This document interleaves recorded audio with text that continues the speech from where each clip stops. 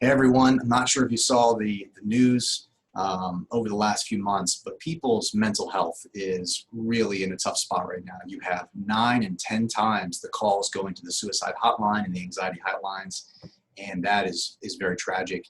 I haven't seen the numbers on how many people are dying by suicide at this point, but as many of you know, my sister died that way. She died by suicide, and I actually almost died by suicide at age 9 and again at age 23. So I've got some experience in my own life, but also having someone that I love that died that way. And so it's a very sad thing.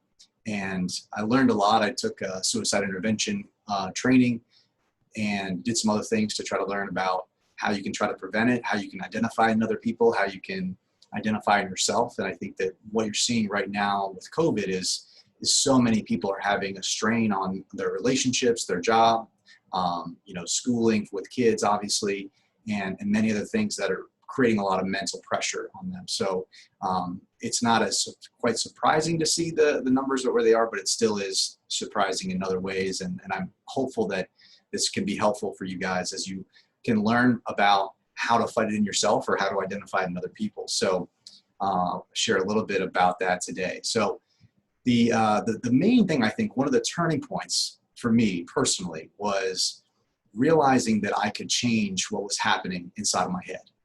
And I think that a lot of people just feel like whatever you're thinking is who you are and it doesn't change.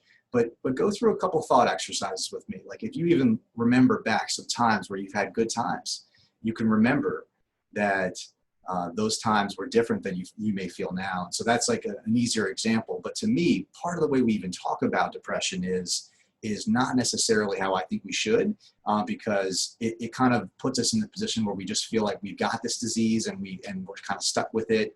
And it's kind of this question of how much it is your nature and how much is your nurture, how much is it affected by your own personal makeup versus what's happened to you or the way that you interpret what's happened to you.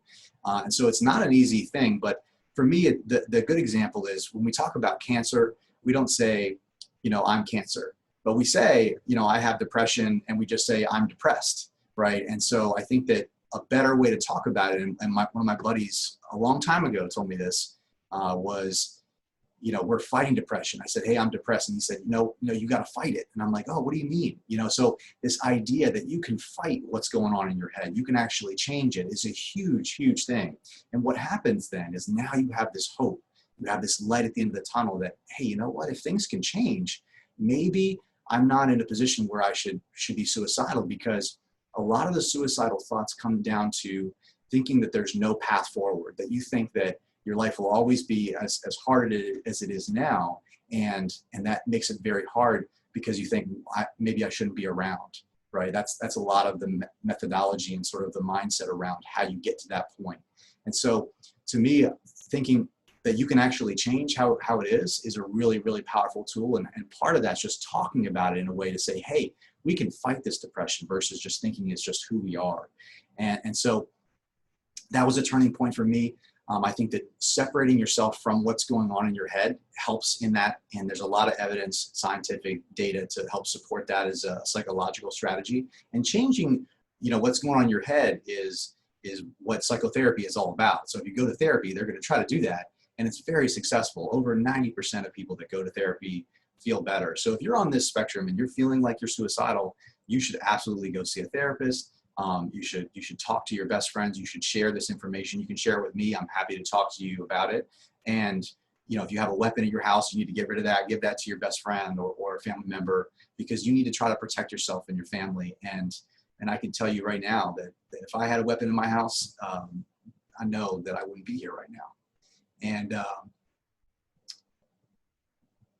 that's a weird thing to say, but it's true. So try to protect yourself, protect your family, and I hope you all will get better and try to get better and try to fight this disease rather than just sort of letting it happen to you. And there's a lot of different ways to fight it. And so I'm going to share some more videos about this because I think it's an important time to do that. And I think the video can capture part of the message a little bit better maybe than me just writing a post about it. So hope you guys having a good day. Happy to chat with people more about my experience, and I'll try to do some more videos to share some of the the different strategies that have really worked well for me in the past. So take care, everybody.